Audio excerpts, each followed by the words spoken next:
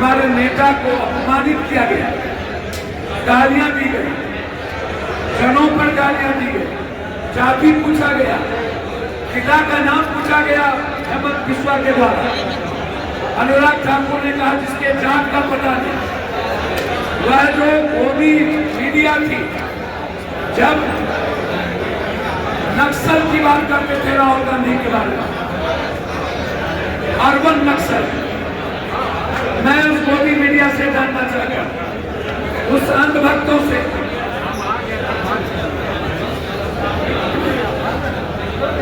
क्या आप अर्बन नक्सल नरेंद्र मोदी जी से को नहीं कहेंगे? क्या आप मोदी जी की जाति नहीं पूछेंगे?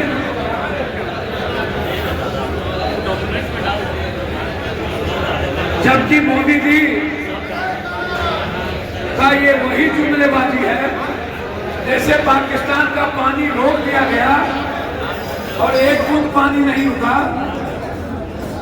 जैसे चुनाव में जुमलेबाजी थी, वैसे ही जाति जनगणना मोदी जी की गलतियों को और मोदी जी की 56 इंच की सीना को, जो बिल्कुल ही 5 इंच का सीना नहीं था, उस गलतियों को ढकने के लिए एक नया जुमलेबाजी है जिसमें उन्होंने कहा कि मैं गणना के साथ जाति का भी नाम पूछूंगा, जाति पूछूंगा। उन्होंने यह बात नहीं कही जो हमारे नेता राहुल गांधी जी ने कहा है कि हम जो तेलंगाना में जाति जनगणना किए हैं, इस देश में मुझे वही जाति जनगणना चाहिए जिसमें हर व्यक्ति की आर्थिक आजादी, राजनीतिक भागीदारी, शैक्षणिक आजादी, हर तरह की आजादी में उनकी भूमिका हो, जो भारत को बनाने में जिसकी भूमिका सबसे ज्यादा है। और मोदी जी ने इन बिंदु पर कुछ नहीं कहा। हॉटलाइन तो बना लेकिन डेडलाइन नहीं बनी, ना डेडलाइन है, ना ही राहुल गांधी जी के सपनों की वो बात है। इस देश के लोग चाहते हैं इस देश में जिसकी जितनी जनसंख्या हो उस अनुपात में आरक्षण दिया जाए, जिसकी जितनी जनसंख्या हो उस अनुपात में राजनीतिक हिस्सेदारी हो, चाहे ईबीसी है, चाहे एसटी एससी हो। जो ओबीसी के नेता यह कहते हैं कि हमारी जीत है, मैं उनसे कहना चाहूंगा, राहुल गांधी जी ने जिस तरीके से बिना डर के, बिना किसी राजनीतिक स्वार्थ के आज गाली सुनकर, अपमान सुनकर के 90% लोगों के लिए मरने का जज्बा रख गए।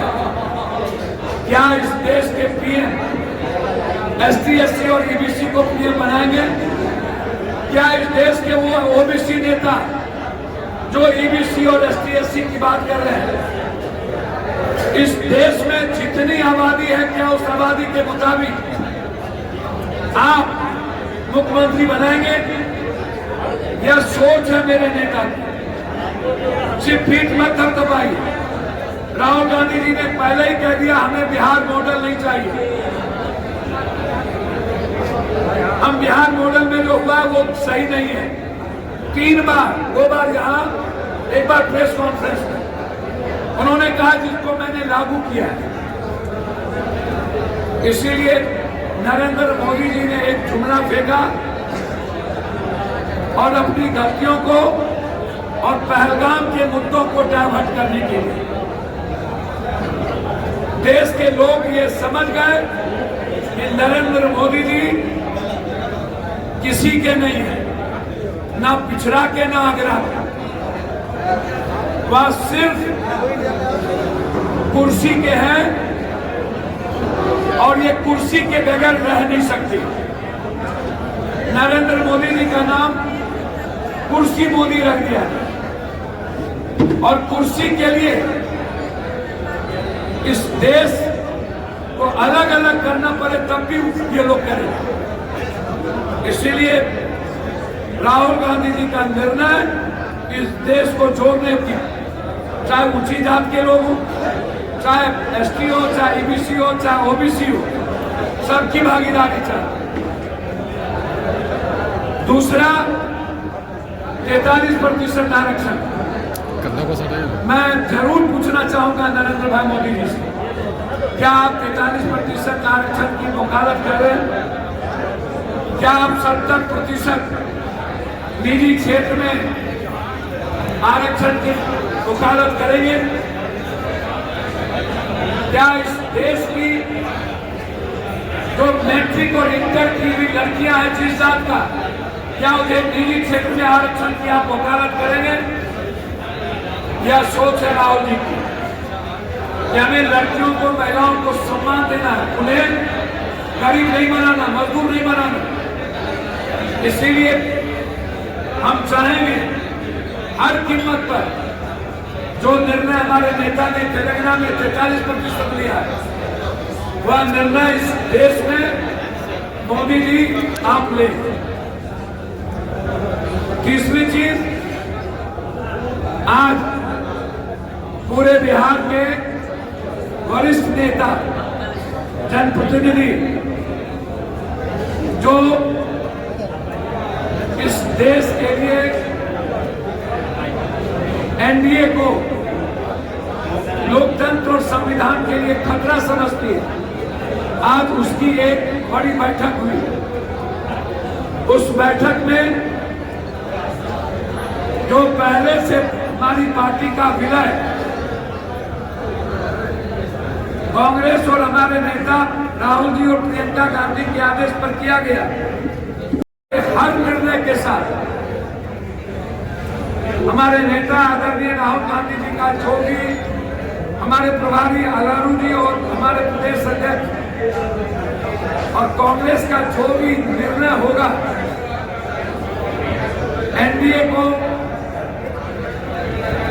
इस देश से भगाने में, इस देश की रक्षा के लिए, संविधान के लिए लड़ने में एक अनुशासित सिपाही की तरह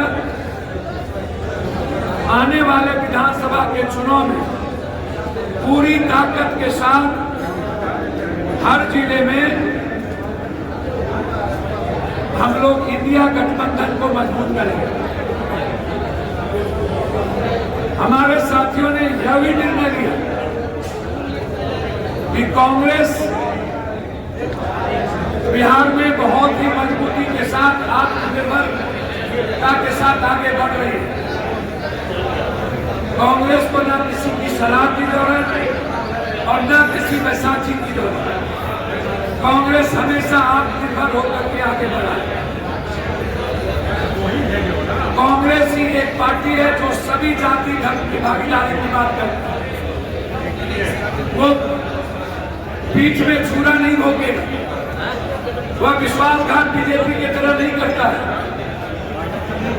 वह बिल्कुल एक आवाज है, वह देश की आवाज, वह संविधान की आवाज, वह लोकतंत्र बचाने की आवाज, वह आर्थिक आजादी की आवाज, वह इस देश के महिलाओं की आवाज, वह इस देश के बेरोजगारों की आवाज, वह इस देश के भ्रष्टाचारी और माफियाओं को खत्म करने की आवाज, वह इस देश के एजुकेशन और हेल्थ को हर घर में पहुंचाने की आवाज, आम आदमी की खुशियों की आवाज है कांग्रेस। उस कांग्रेस के संकल्प के साथ हम लोग एक बड़ी रैली, जब कांग्रेस का निर्णय होगा तो गांधी मैदान में, साथ साथ आज से कांग्रेस के हर कार्यक्रम में, हर तरह के संगठनात्मक निर्णय में जो हमारे नेता, हमारे अध्यक्ष, हमारे साथी, हमारे छात्र, युवा भी, महिला भी, युवा शक्ति, किसान, सभी प्रकोष्ठ के साथी कांग्रेस को मजबूत करने के लिए एक संकल्प और निर्णय के साथ आज से दूध मिश्री की तरह राहुल गांधी के विचारों को घर घर पहुंचाने का निर्णय लिया और हम लोगों ने एक रिजोल्यूशन लिया घटक से ज्यादा मजबूत है, चाहे कोई हो। आज भी गांव में कांग्रेसी लोग हैं, इसलिए कांग्रेस को कम से कम 100 सीट पर लड़ना चाहिए। कांग्रेस की हिस्सेदारी बराबरी की हो, कांग्रेस की भागीदारी बराबरी की हो, कांग्रेस की साझेदारी बराबरी की हो, क्योंकि कांग्रेस का वर्कर जब हम लोग एक हो चुके हैं तो किसी भी घटक दल से ज्यादा मजबूत है और ज्यादा संकल्प के साथ आगे बढ़ रहा है। यह फैसला या निर्णय हम लोगों ने रेजुलेशन लेके प्रभारी जी को आज सारे वर्कर का, सारे पार्टी पदाधिकारी का, सभी प्रकोष्ठ का दे देंगे और आज से ही एनडीए की जीत के लिए संकल्प, इंडिया की जीत के लिए संकल्प के साथ, इंडिया की जीत के लिए संकल्प के साथ कांग्रेस के हमारे नेता जो निर्णय लेंगे उसके साथ मजबूती के साथ खड़े होकर इंडिया को बिहार से खत्म करेंगे, एनडीए को बिहार से खत्म करेंगे और इंडिया गठबंधन को मजबूत करेंगे। यह एक वैचारिक निर्णय हम लोग लेकर कांग्रेस पार्टी के अध्यक्ष को, कांग्रेस पार्टी के प्रभारी को और कांग्रेस पार्टी के जीएस को यह निर्णय हम लोग सौंप देंगे। आगे कांग्रेस के निर्णय के साथ हम लोग चलेंगे। आपने कहा कि कांग्रेस के निर्णय के साथ चलेंगे, सभी जो हमारे नेता हैं कांग्रेस में जाएंगे, लेकिन नेता आपको तेजस्वी यादव को मानना पड़ेगा। देखिए, ये जिम्मेदारी हमारे राहुल गांधी जी और कांग्रेस की। मैं एक साधारण वर्कर हूँ, मैं कांग्रेस को खिलाड़ी की तरह मजबूत करने का हमारे पार्टी का निर्णय है। जो निर्णय हमारे नेता लेंगे, प्रभारी लेंगे, हम उसके साथ खड़े होंगे। हर पार्टी के नेता को, हर पार्टी के नेता और पार्टी का वर्कर अपने नेता का निर्णय लेंगे। आज की बैठक से आप लोग क्यों वहाँ पहुँचे, क्यों नहीं बुलाया गया आपको आज की बैठक में? भैया, जब हमारे प्रभारी और प्रदेश अध्यक्ष वहाँ हैं और सभी पार्टी के लोग वहाँ हैं और हमें राहुल जी का जो कार्यक्रम है उस कार्यक्रम के लिए हमें एक सच्चे सिपाही की बैठक के साथ होना था और पूरे बिहार में जो कार्यक्रम तय होगा, जो डेट थी, उसके लिए हमें यह बैठक करनी थी और कैसे संगठन के साथ हम लोग को चलना है, अनुशासित सिपाही को निर्णय वहाँ था। तो हर पार्टी अपने नेता का चयन करती है। अभी हमारे प्रभारी जी ने 5 बार कह दिया कि हम सहयोग के साथ लड़ेंगे, हम साथ लड़ेंगे, हम गठबंधन में लड़ेंगे, लेकिन नेतृत्व पर अभी नेता फैसला करेंगे। नेता की जो बात होगी उसको स्वीकार। लेकिन भाजपा तो कहती है कि कांग्रेस आरजेडी का छोटा हुआ पार्टी है। देखिए, भाजपा पहले अपने गिरबान में था के देखे। वो उत्तर प्रदेश में पटेल व उत्तर प्रदेश में कौन, राजभर, निशाद जी, यहाँ पर मांझी जी, झगड़ा के बैगन की तरह भाजपा खुदे है और बिना नीतीश कुमार के भाजपा का कोई वैल्यू है ही नहीं, वो सुन पर है। नीतीश कुमार को अलग कर दीजिए तो भाजपा भी बिहार में सुन पे चला जाए। इसलिए सू बाजे तो बाजे, छलियों बाजे, भाजपा सूरज को दीप दिखाएंगे। मानते हैं कि कांग्रेस को अकेले चुनाव लड़ना चाहिए। ये निर्णय नेताओं का पप्पू यादव नहीं ले सकते, लेकिन मैं ये जरूर मानता हूँ कि कांग्रेस की हिस्सेदारी, भागीदारी बराबरी की हो। हमारी पार्टी, हमारे साथियों का ये निर्णय है और अधिक से अधिक सीट कांग्रेस बिहार में तो लड़े ही, चाहे नॉर्थ हो या साउथ, कांग्रेस ही सब जगह है, चाहे औरंगाबाद हो या शाहबाद। लेकिन सबसे ज्यादा सीट सीमांचल, कोसी और मिथिलांचल, मोतिहारी से लेकर सीतामढ़ी से लेकर के गंगा के किनारे खगड़िया, भागलपुर, मुंगेर तक, या हमेशा से कांग्रेस की जमीन रही है। हमारा आग्रह है और घटक को भी समझनी चाहिए कि यह जमीन कांग्रेस की है, आपकी नहीं है। इसीलिए सीमांचल, कोसी, मिथिलांचल में कांग्रेस को 80% सीट लड़ना चाहिए। लेकिन मुकेश सहनी स्पेशली 60 सीट मांग रहे हैं।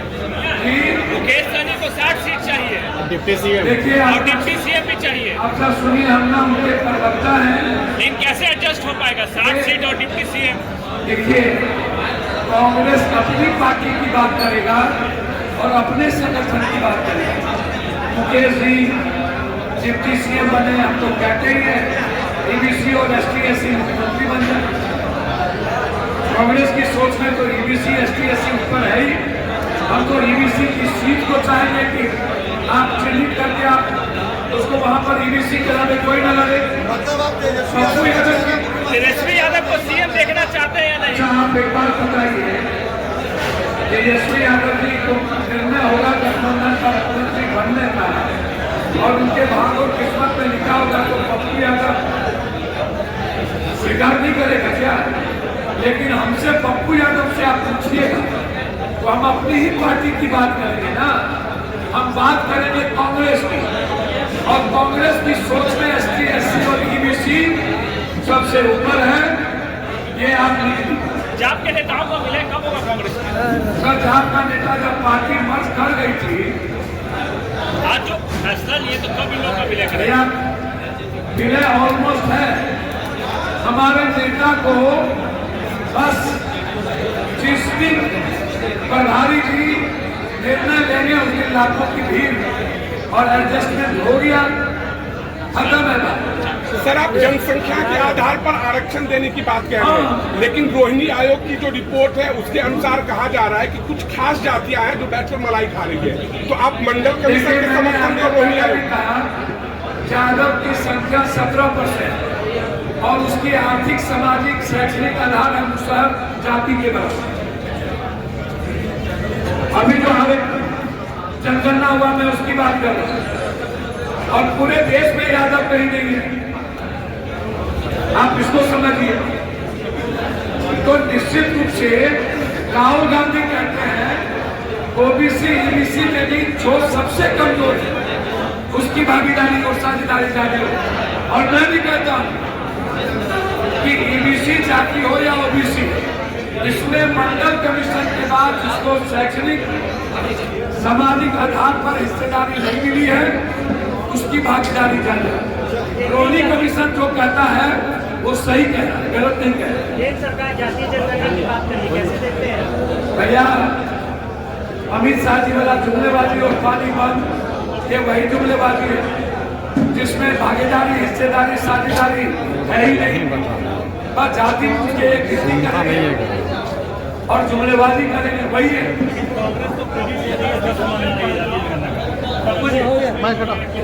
एक बात बताइए सर, इंदिरा गांधी पूरे देश या दुनिया याद कर रही है, और पूरे कश्मीरियों ने लाल चौक से 2 लाख आदमी निकल करके कहा कि जो हिंदुस्तान के आतंकवादी, हिंदुस्तान के विरोधी है, वो जहां उसको ढूंढ के कर। भैया, ये तो उनसे पूछेगा, ये तो अजीबोबाद से पूछेगा, ये तो 56 इंच वाले से पूछेगा, ये तो पूरी दुनिया हमारे साथ क्यों नहीं है? बांग्लादेश का एक चीफ ने कह दिया यदि पाकिस्तान पर तुम हमला करोगे तो हम तुम पर हमला करेंगे। परसों ने तो कह दिया। श्रीलंका के चीफ ने आज तक जवाब क्यों नहीं मिली? कैसे हिम्मत हो गई श्रीलंका के चीफ पर यह बात कहने का? यदि पाकिस्तान के में तुम कुछ करोगे तो हम तुम पर हमला करेंगे। यह हिम्मत श्रीलंका के चीफ को कौन दिया? बोला मेरी मजबूरी है, हम नॉर्थ ईस्ट पर हमला करेंगे और हम ले लेंगे। क्या हम इतने कमजोर हो चुके हैं? हम प्रतिक्रिया भी ना दें। जब श्रीलंका में हाथ दिखा सकती है, और की बात छोड़ो ना, शायद पूरा विपक्ष मोदी जी जो निर्णय लेने आतंकवाद के खिलाफ हमारे नेता राहुल गांधी ने कह दिया हम साथ हैं, उस पर कोई राजनीति नहीं होगी। ले निर्णय और भारत के आत्मसम्मान के साथ कोई समझौता न करे। आतंकवादियों को मिटाने का जो संकल्प लेगा, लेकिन ये जांच होना चाहिए कि पुलवामा का निर्णय आज तक क्यों लिया है। ये भी जांच होना चाहिए। 1.25 महीने के बाद हमारा यात्रा शुरू हो रहा था, एक सिपाही नहीं था। कहां थी? हमारे सेना को खबर क्यों नहीं दिया? हमारे सीआरपीएफ को, बीएसएफ को, हमारे कश्मीर फोर्स को क्यों नहीं दिया? एक सिपाही क्यों नहीं थी? कहां थे अजीत डोभाल जी? क्यों हम दुनिया का साथ नहीं ले पा रहे? इसीलिए जो भी निर्णय आतंकवाद के खिलाफ होगा, हम लोग सरकार के साथ खड़े होंगे। लेकिन हम चाहेंगे 47 कहां से आया, हमारे देश के भीतर इन आतंकवादियों को सपोर्ट कौन कर रहा है, कौन कौन लोग इसमें इन्वॉल्व है। सरकार एक निश्चित समय पर विशेष सत्र बुला करके पूरे हर पार्टी और देश की आवाज जो संसद है उसमें बात करा के सहमति। जी सर।